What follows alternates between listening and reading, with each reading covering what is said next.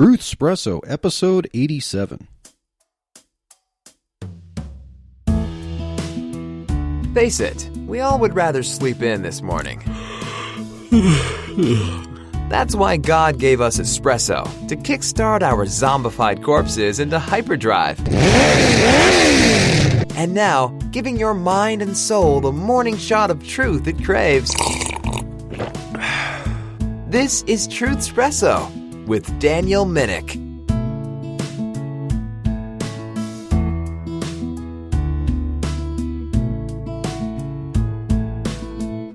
Well, hello friends, this is Daniel Minnick and welcome to another exciting superhero and history-filled episode of Truth Espresso, because this episode is going to be about our favorite big green superhero, the Incredible Hulk. Now, if you weren't a fan of the Incredible Hulk over a decade ago, if you watched the Marvel movies, you are probably more a fan now of the Hulk than you have ever been in your life. And now if you found this episode by searching for the Incredible Hulk and you happen to stumble upon this weird podcast called Truth Espresso asking a very strange question, is Jesus like the Incredible Hulk? You might be scratching your head wondering why anyone would ever ask such a question. Well, of course, the only reason I'm asking this question is not because as a kid I ever thought, I wonder if Jesus is like the Incredible Hulk. No, the reason for these questions in particular, in the series of episodes that we're doing asking is Jesus like particular superheroes, is because this question was actually asked in the past. And I don't mean in the past of Marvel Comics or DC Comics. I mean way in the past. I mean, over 1,000 years ago in the past. Well, of course you'd say, wait a minute, the Incredible Hulk didn't exist over 1,000 years ago. Yes, but a question about Jesus, if he was like certain things that are similar to the Incredible Hulk, that kind of question was asked. And so in the series that we're doing asking, is Jesus like a particular superhero? It is based upon a question that people have asked in the past. And I figured that a superhero resembles this question. Because when we get to the early church, we study the history of the early church, and when people were arguing with each other about what Jesus is like, there were a lot of strange ideas, and a lot of these strange ideas can be made clear when we compare these strange ideas to superheroes. So basically, people in history would ask, is Jesus like this? And the question back to that would be, well, can that save me? Can that be my substitute? And so in this episode, when we ask the question, is Jesus like the Incredible Hulk? We're going to look at some things that the Incredible Hulk exhibits as a superhero, compare them to Jesus, and see where Jesus is similar and where Jesus is different. And then we're going to look at the example, the story in history, where someone, at least by his proponents, was asking the question kind of like, is Jesus like the Incredible Hulk? So, just who is the Incredible Hulk in the comic universe, in the Marvel comic universe? Who is the Incredible Hulk? Well, the Incredible Hulk as a comic superhero was first introduced in 1962. And there were a few issues of this series of comics about the Incredible Hulk until it was canceled the next year in 1963. But nevertheless, the Hulk still was going to make appearances later on and in many different forms and many different issues from Marvel Comics, because the next year, the Hulk reappeared in 1964 in a comic series called Tales to Astonish. Issue number 60 of that series introduced the Hulk as the Tales to Astonish would be a split feature with two separate stories and two separate superheroes. So basically it was kind of like two comic books in one issue, in one volume. Now, this series of the Tales to Astonish ran to 1968, and then the Hawk took over, so the Tales to Astonish simply became The Incredible Hawk in 1968. And The Incredible Hawk had his own comic series all the way until 1999. But that was not going to be the end of the Hawk, because a new series began in 1999 simply called Hawk, and became eventually The Incredible Hawk again in 2000, the next year. And then this went on until 2007, when Marvel began a series called The Incredible Hercules. So basically they put the Hawk on the shelf and began The Incredible Hercules, which was about the Hercules we know, the mythical half-god of Greek mythology, the strong man. And in 2009, the Hulk returned in a series called The Incredible Hawk again, which changed a year later to The Incredible Hawks, plural, because now you had the Hulk family.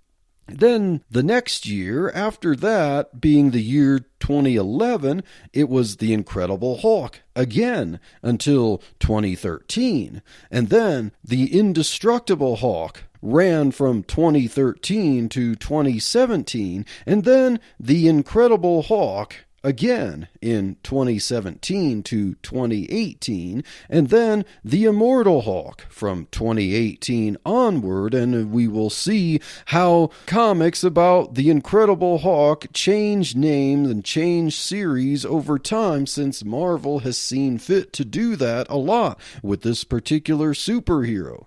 So, as we've looked over the history of comic books featuring this Incredible Hawk, just who is the Incredible Hawk?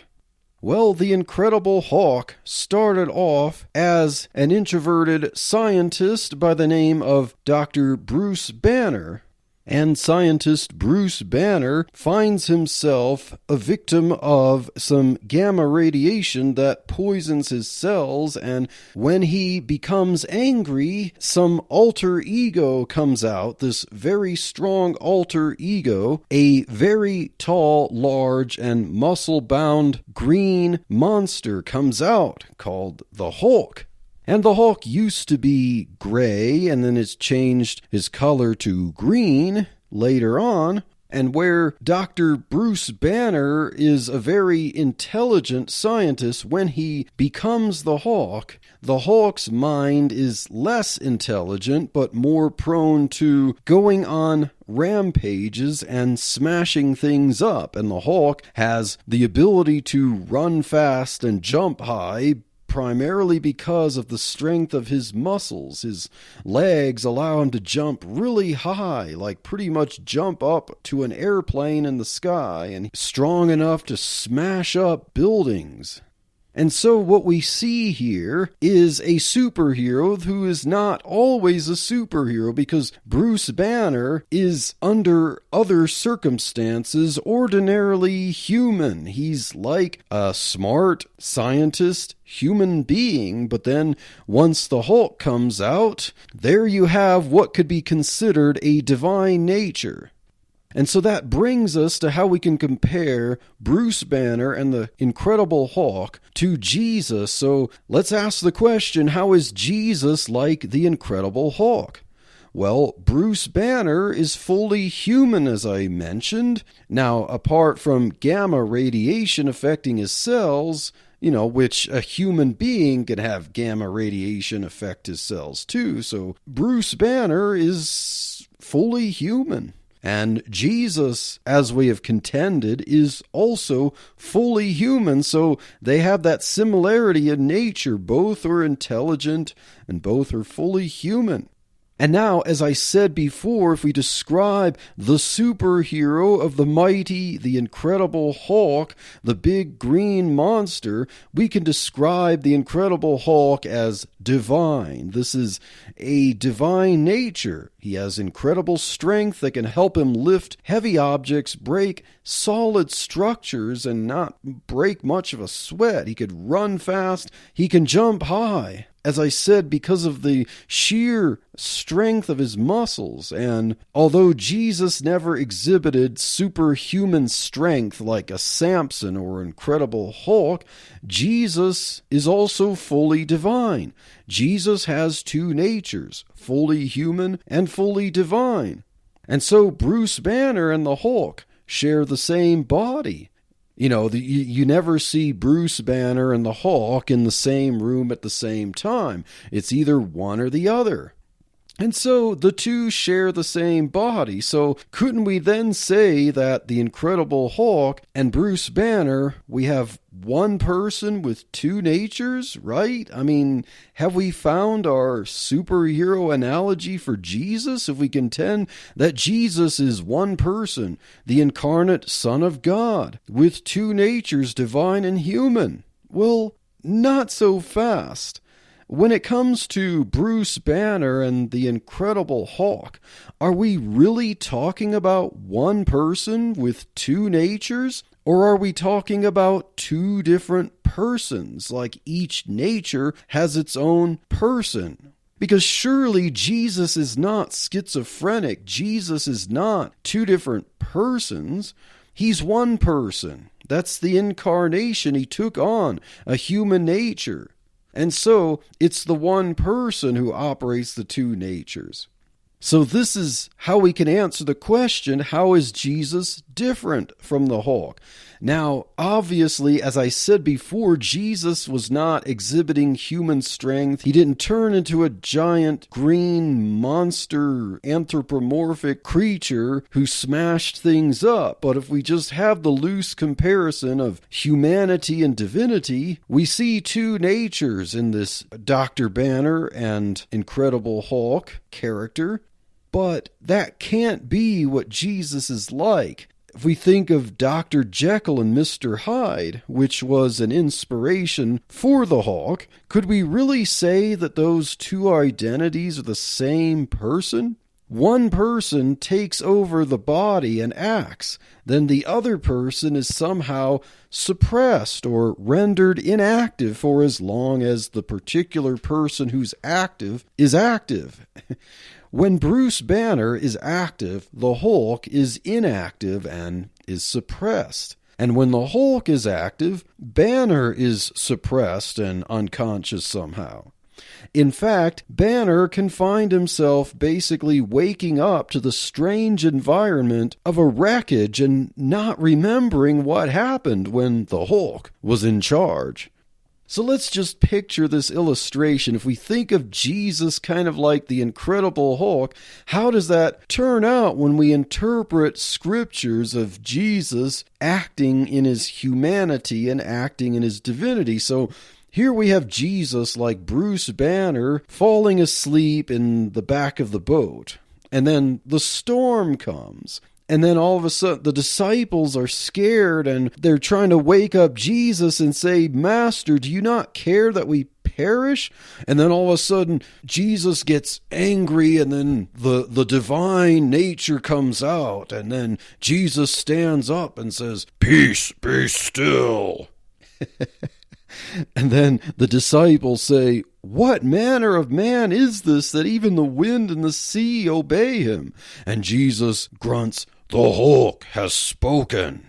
And then, a minute later, all of a sudden, the Hulk nature dies down, and then Jesus is wondering what happened. Like, he doesn't remember what he did or what the Hulk inside him, the divine nature, did. If the Hulk is an illustration of Jesus, then Jesus would surely be schizophrenic. And I don't believe that true Christians would think of Jesus as schizophrenic. That would be a problem. That would be an imperfection in our Savior. Jesus wouldn't be one person with two natures in this understanding, but he'd rather be two persons. Like Bruce Banner with the Hulk inside waiting to pop out, Jesus would be a human with his own personhood, with the Son of God indwelling him with his own personhood. So basically, this understanding of Jesus, kind of like the Incredible Hulk, wouldn't be the incarnation of the Son. This would be the possession or indwelling of the Son in a human being. So just like we see the demons in the New Testament possessing people and Jesus commands them to come out, we would see Jesus possessed by God the Son. And, we really shouldn't think of Jesus that way. He doesn't have two persons, or he doesn't have the Son of God kind of possessing or indwelling a human being, because then that would be some way to separate the humanity of Jesus from the divinity of Jesus. And although we should recognize that the two natures are indeed distinct, they're not separated into two different persons. So, as we ask the question, is Jesus like the Incredible Hulk, and why we even thought of asking this question, we ask the question, who possibly taught this idea of Jesus in history? Well, there was a guy by the name of Nestorius in the 5th century. He was a Syrian who was elected Bishop of Constantinople in 428 AD. So we're talking about the first quarter of the 5th century here. And ultimately, Bishop Nestorius of Constantinople was only bishop for about 3 years. So once Nestorius became bishop, he went on a campaign against Arians and Apollinarians. He had a mind to make sure that only orthodoxy was taught. After the first two councils, Nicaea and Constantinople, and the problems of Arianism and Apollinarianism, Nestorius wanted to make sure that we understood Jesus had two complete and distinct natures that were fully intact. The Apollinarians reduced the humanity of Jesus and replaced the mind with the divine mind of the Logos, and the Arians compromised the full deity of Jesus by making him a creature. And so Nestorius was very careful to make sure that Jesus was fully human and fully divine. And now a little background to this time in history. Remember, this is a few decades after the Council of Constantinople that finally, repeatedly condemned Arianism and also condemned Apollinarianism. And the school of Alexandria, which, remember, Alexander of Alexandria and Athanasius of Alexandria, was now healing from the Arian controversy, and this school of Alexandria emphasized that Jesus is one person. His humanity and divinity are united in the one Christ. And there was also the school of Antioch. Remember that Arius learned from Antioch, and you had Lucian of Antioch.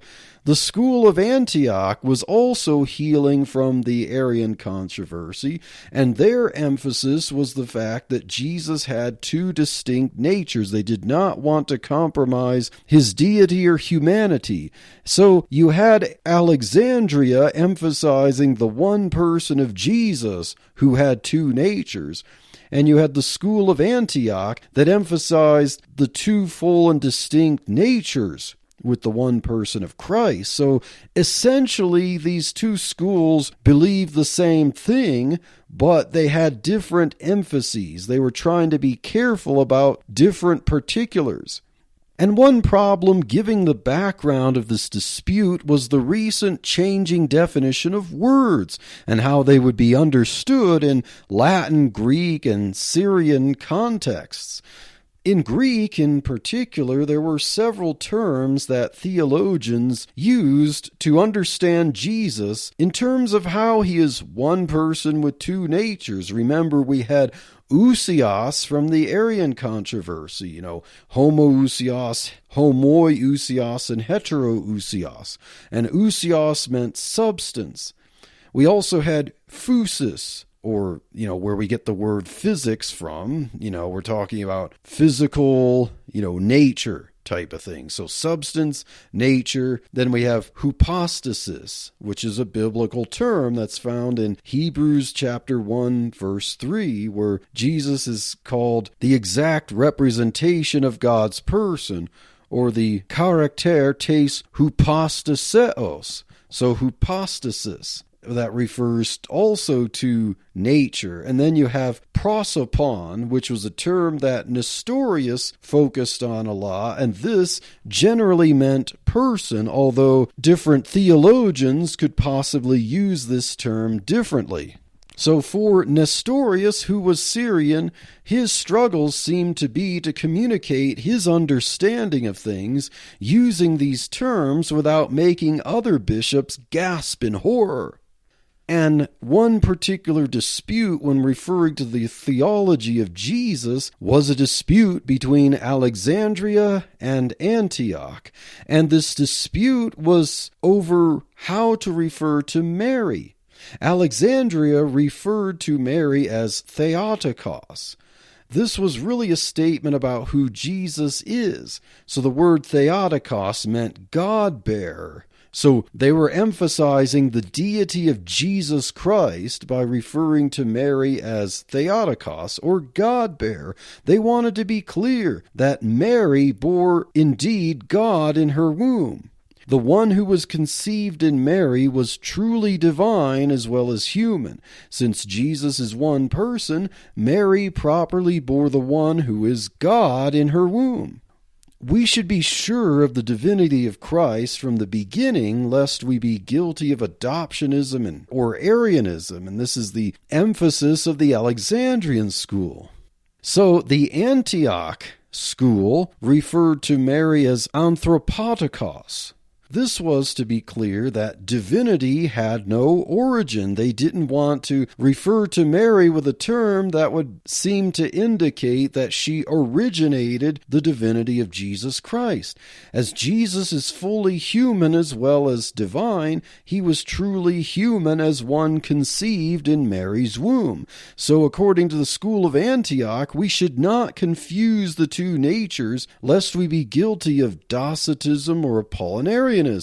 And so you have Alexandria favoring Theotokos and Antioch favoring Anthropotokos. Now, Nestorius, bishop of Constantinople, who began as a bishop in 428, seemed to be caught in the middle of a political theology dispute between Alexandria and Antioch. Although Nestorius himself had been trained in Antioch, he nevertheless was trying to figure out a compromise that could satisfy both sides of this dispute. Remember that Constantinople was where the Second Ecumenical Council happened in 381, and it condemned Arianism and Apollinarianism. And so Nestorius, as bishop of Constantinople, where this ecumenical council occurred, was especially sensitive to anything that might resemble Arianism, the Thor heresy, or Apollinarianism, the Iron Man heresy. Now, Alexandria had long been a center of higher learning and theology. There was a prominent library there, and think of this, libraries were far from common at this time, so that the fact that there was a large library of laboriously hand-copied manuscripts meant that Alexandria had special clout in the Christian world.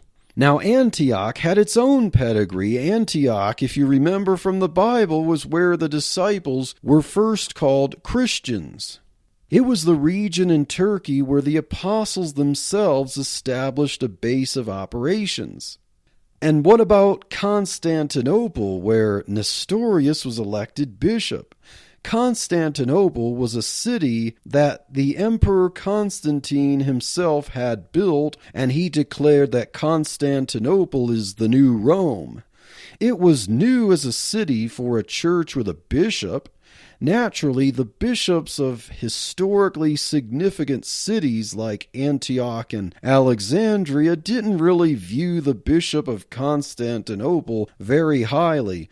There seemed to be a little political disdain there, but nevertheless, because Constantinople was growing in influence, they wanted to make sure that the bishop of Constantinople was on their side. And now, as we come about 50 years after the Council of Constantinople, we see Alexandria and Antioch arguing over theological terms.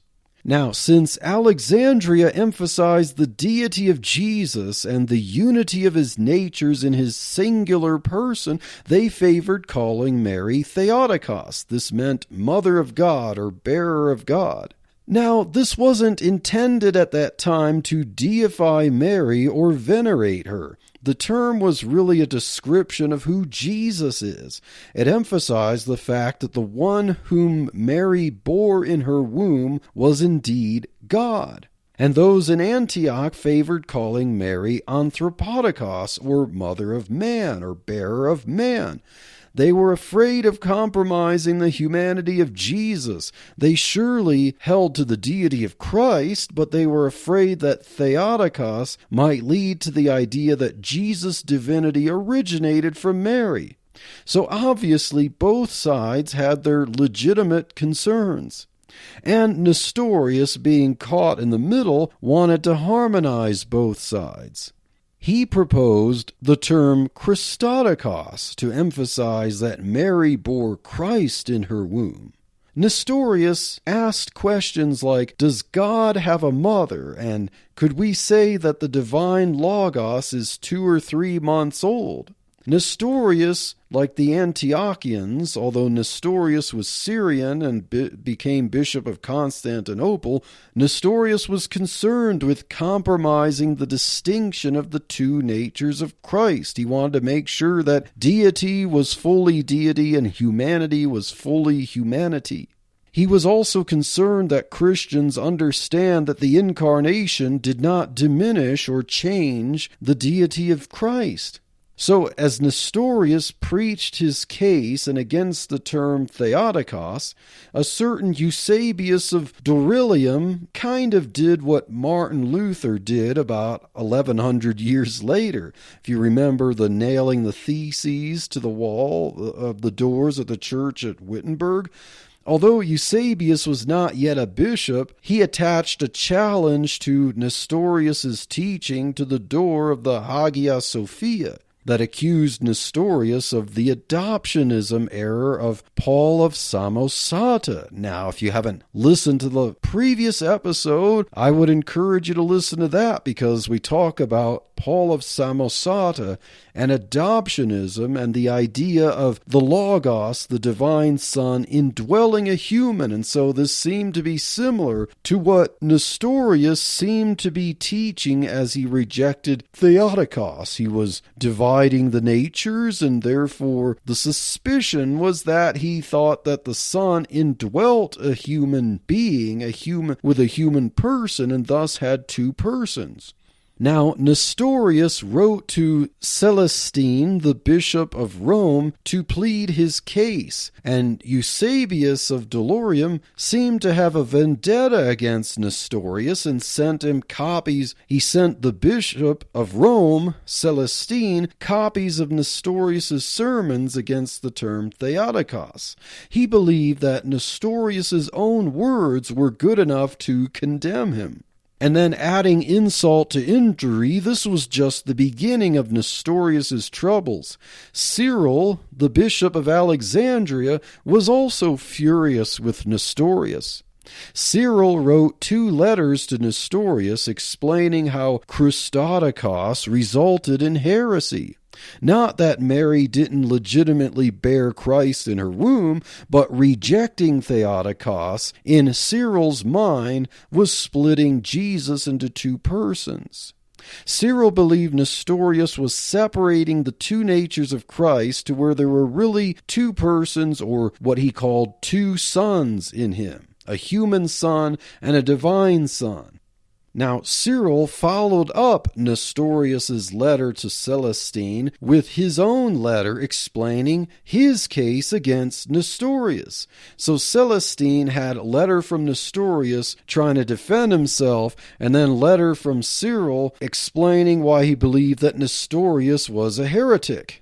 Now, Celestine, remember, Bishop of Rome, then held a regional council in Rome, and he immediately sided with Cyril. He demanded that Nestorius retract his position within 10 days or face excommunication.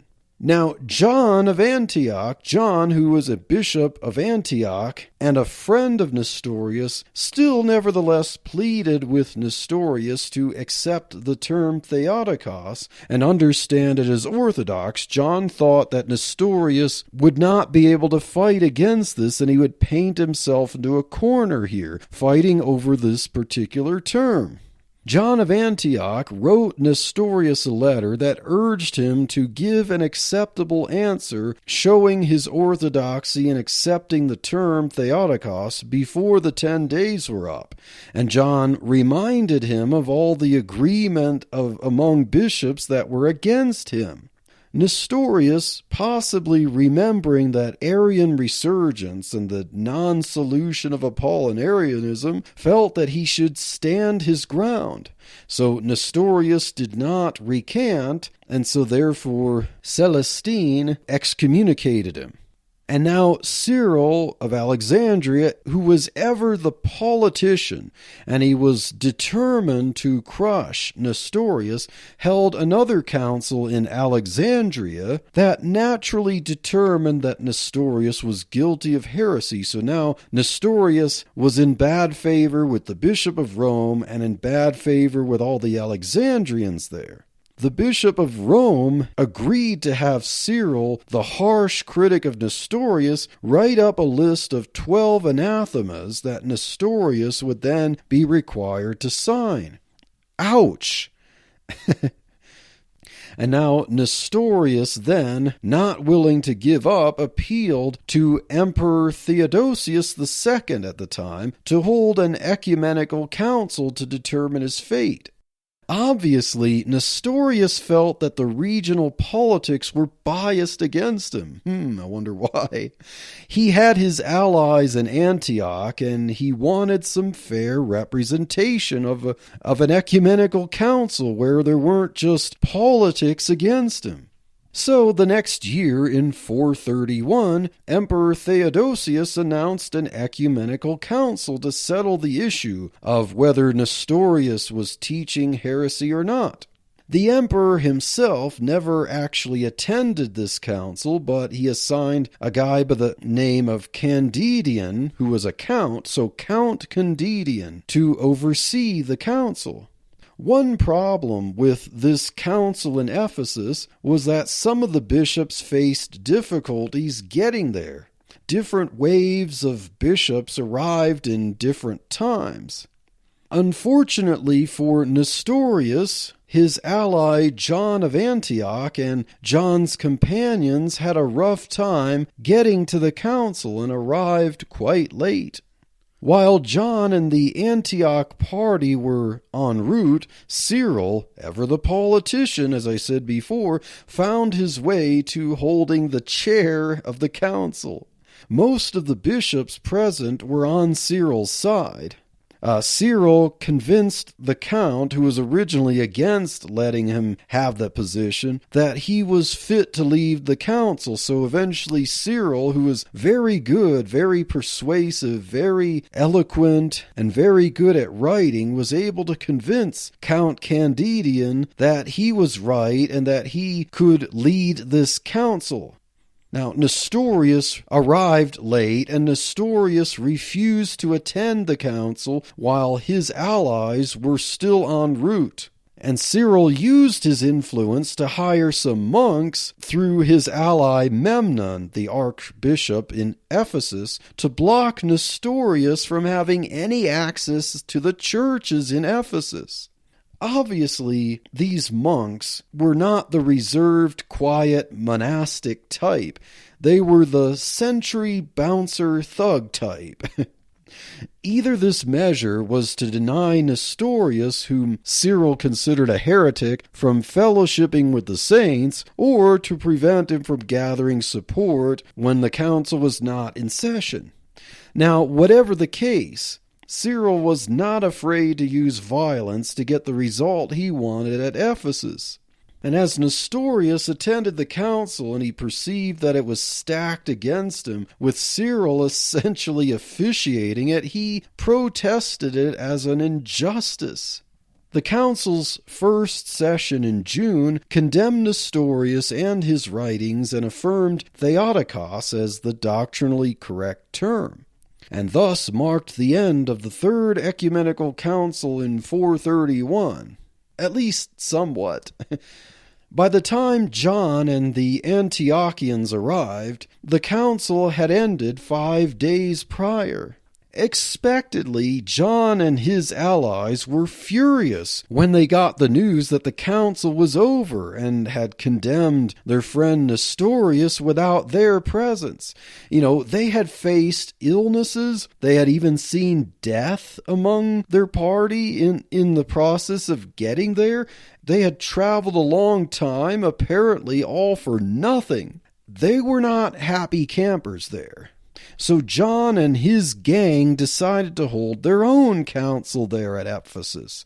And Count Candidian, the same count that presided over the Council of Ephesus, agreed to preside over John's council.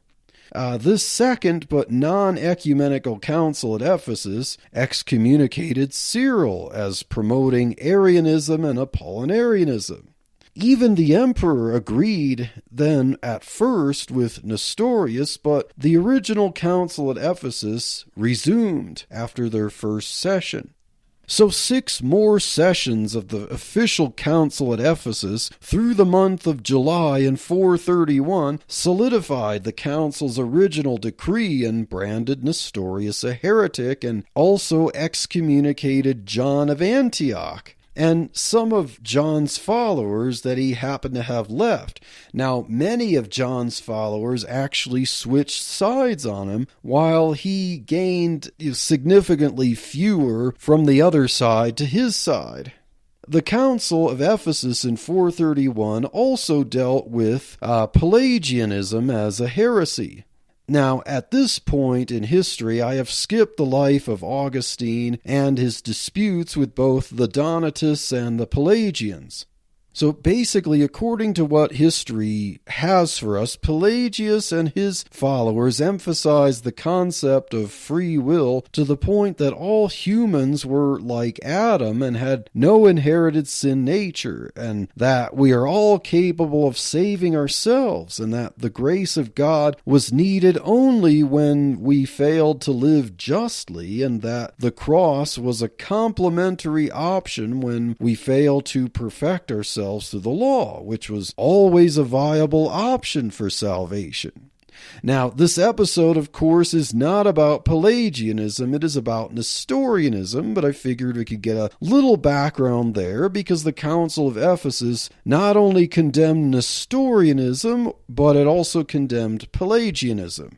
Ultimately, Nestorius, John of Antioch, and Cyril faced their own exiles, yet Nestorius seemed to suffer the worst among them. Eventually, Cyril was able to return with favor to his position as bishop in Alexandria, while Nestorius died away in obscurity. 2 years after the Council of Ephesus, which would be 433, Cyril and John reconciled and compromised. So Cyril became a bishop again in Alexandria and agreed not to campaign against the Antioch bishops. And the Antioch bishops in turn agreed to use the term Theotokos as the official term of orthodoxy, and they also let Nestorius be their scapegoat. But after the deaths of Cyril and John, this peace would not last long among their followers. Now, those who had allied with Nestorius also realized now that Nestorius was condemned, they faced potential persecution. So they officially split from what is considered the Catholic, lowercase c Catholic, meaning universal faith of the church. So there is to this day an official Nestorian sect of churches. Mostly what we call the Assyrian Church of the East is the official Nestorian branch of Christianity. In fact, Nestorian.org is an official website of the Nestorian branch of Christianity. And the official Nestorians have persisted to make their case that they were never unorthodox. They claim to agree with the Council of Chalcedon only 20 years after the Council of Ephesus, that they agree with the orthodox teaching of who Jesus is. In fact, Nestorius himself said that the letter of Leo, who was Bishop of Rome at that council, that was read at the Council of Chalcedon, presented what Nestorius himself had been trying to teach, but was in fact misunderstood. Indeed, one bishop who was at the Council of Ephesus, who was a strong opponent of Nestorius, was a guy by the name of Eutyches. And Eutyches was an archimandrite who was basically a supervisor among bishops over a monastery.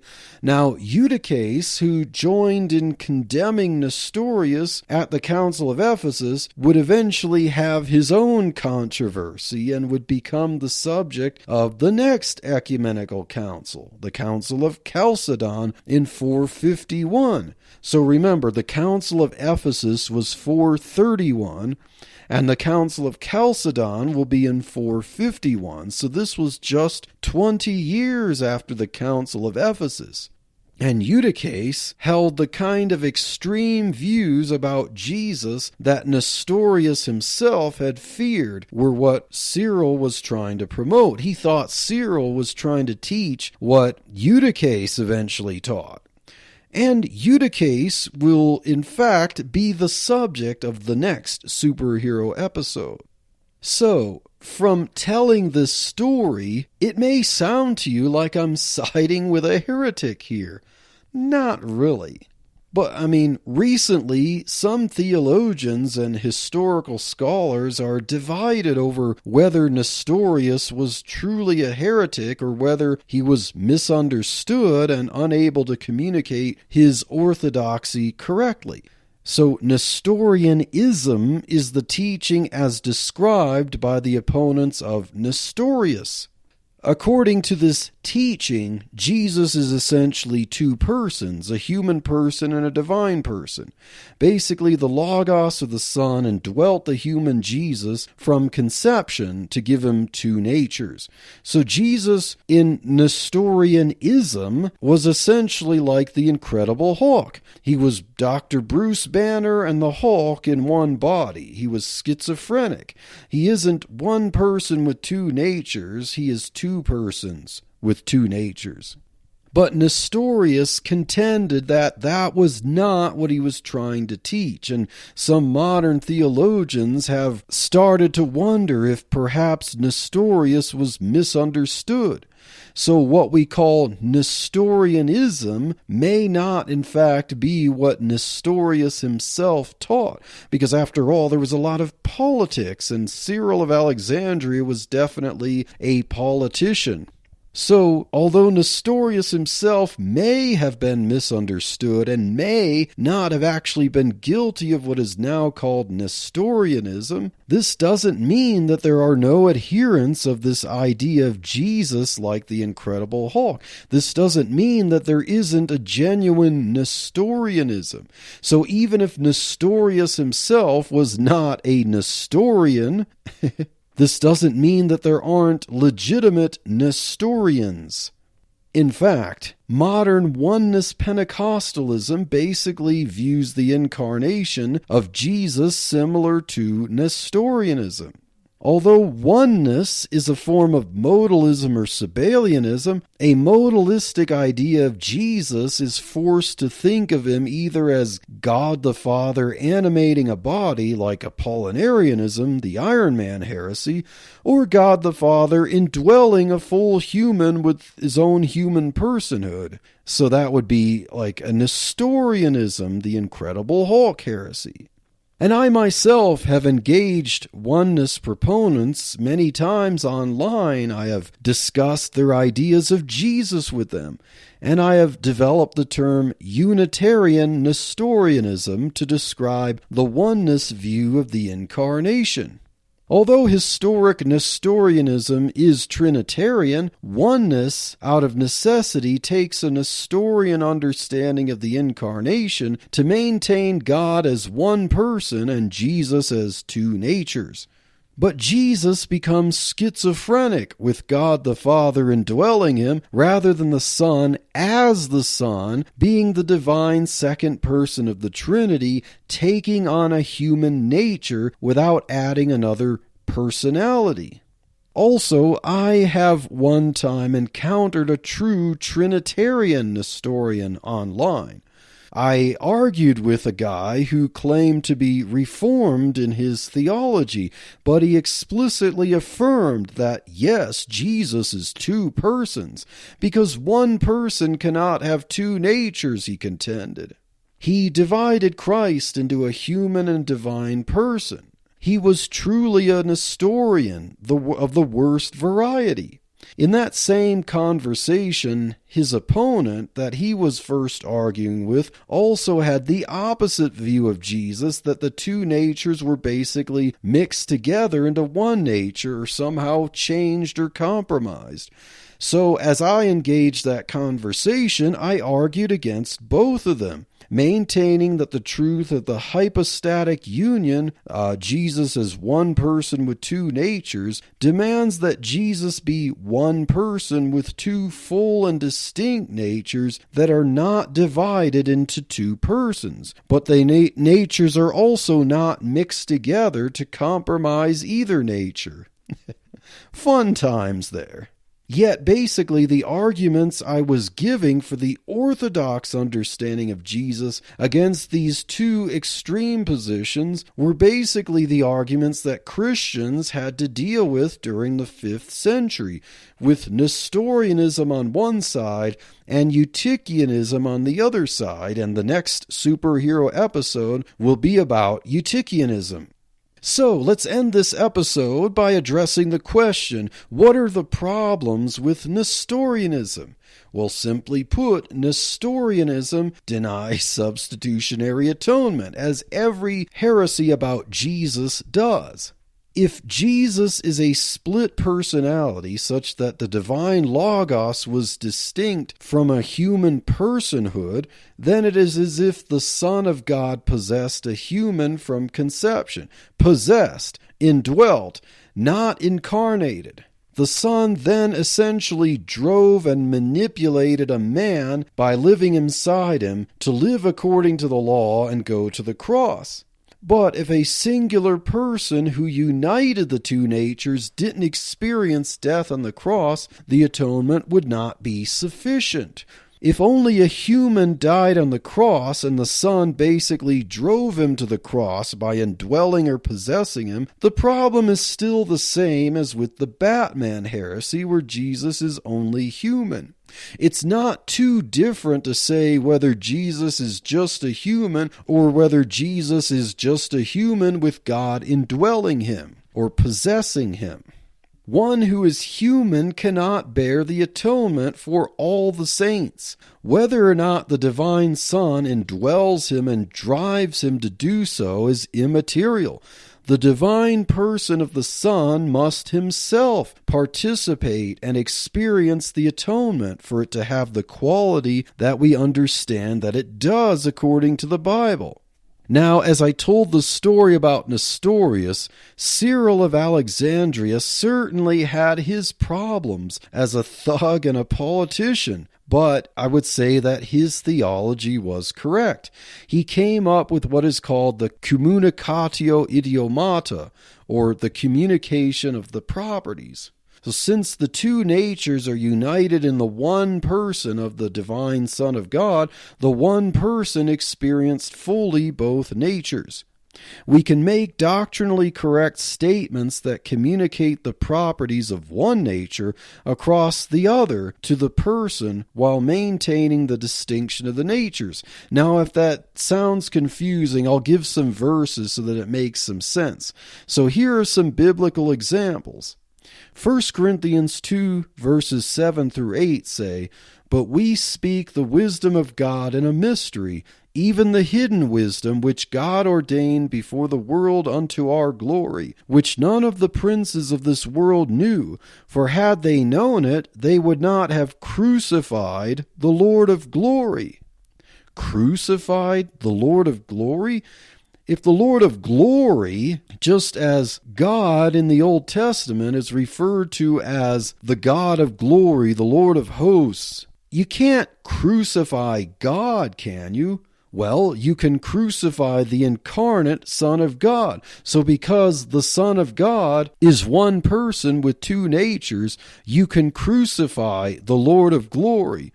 And also Acts 20:28 says, "Take heed, therefore, unto yourselves and to all the flock, over the which the Holy Ghost hath made you overseers, to feed the church of God, which he hath purchased with his own blood." Wait, how does God purchase something with his blood? How can God have blood? Well, God as God does not have blood, but the divine Son of God, the incarnate Son of God, then has blood. Human blood, but it's the blood of God because the one person with the two natures shed his blood. So this is the communicatio idiomatum, the communication of the properties. You can crucify the Lord of glory. God can purchase the church with his blood because of the incarnate Son, the one person with the two natures. And now Hebrews 1:3 says of Jesus, who being the brightness of his, God's glory, and the express image of his person, and upholding all things by the word of his power, when he had by himself purged our sins, sat down on the right hand of the majesty on high. So you see this description of Jesus as fully divine, even upholding all things by the word of his power. And then it says that he himself purged our sins. So how did he purge our sins? Well, he did so on the cross. Wait a minute, on the cross. So how does God, who upholds all things by the word of his power, purge our sins by himself? Well, that's because the one person of the Son with two full natures could be crucified and atone, while at the same time as God upholding all things by the word of his power. And so that is the Nestorian controversy. I hope your minds were not thrown for a loop here, because we're trying to make sure you understand that Jesus is one person, not two. Now, to say that he is one person with two natures is wholly different from him being two different persons, because Jesus was not indwelt by God or indwelt by the divine Logos, the Son of God. The divine Logos took on a human nature. He didn't possess or indwell what would otherwise be a human being. You can't separate the human Jesus from the divine Logos and still have a human with his own personhood. That would be indwelling or possession, which is heresy, not the incarnation. So remember, the incarnation of the Son demands one person taking on a full human nature, not indwelling a human. And so I hope you can then see how the Trinity, the doctrine of the Trinity, is the only way that we can understand Jesus as one person with two natures, because then when we talk about oneness Pentecostalism and the idea of Jesus praying to the Father, language would tell us that the Father and the Son are two distinct persons. So oneness has to explain that by saying that God the Father indwelt Jesus, and there's enough distinction there to have a human person praying to the divine person of God the Father, and therefore you have two persons in Jesus.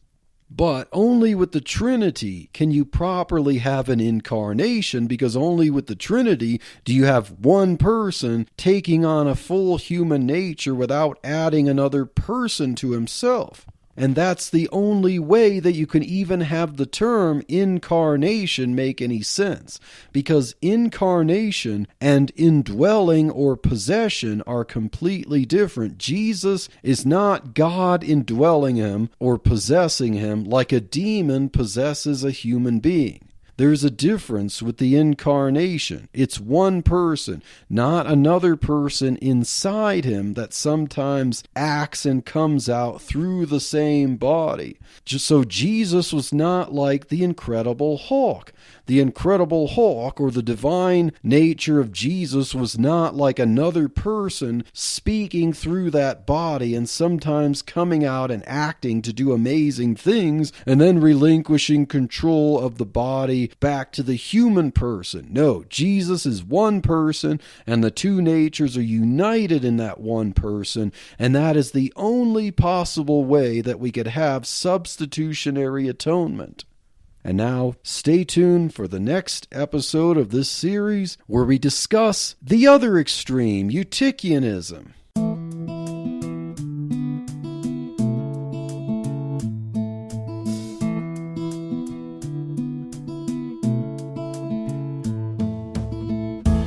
Thank you for waking up with Truth Espresso. Good morning, and God bless your day. Hey friends, Daniel Minnick here again. If you liked waking up to this episode of Truth Espresso, I would really appreciate it if you would rate it on Apple Podcasts, Stitcher, or whatever application you use to listen to Truth Espresso.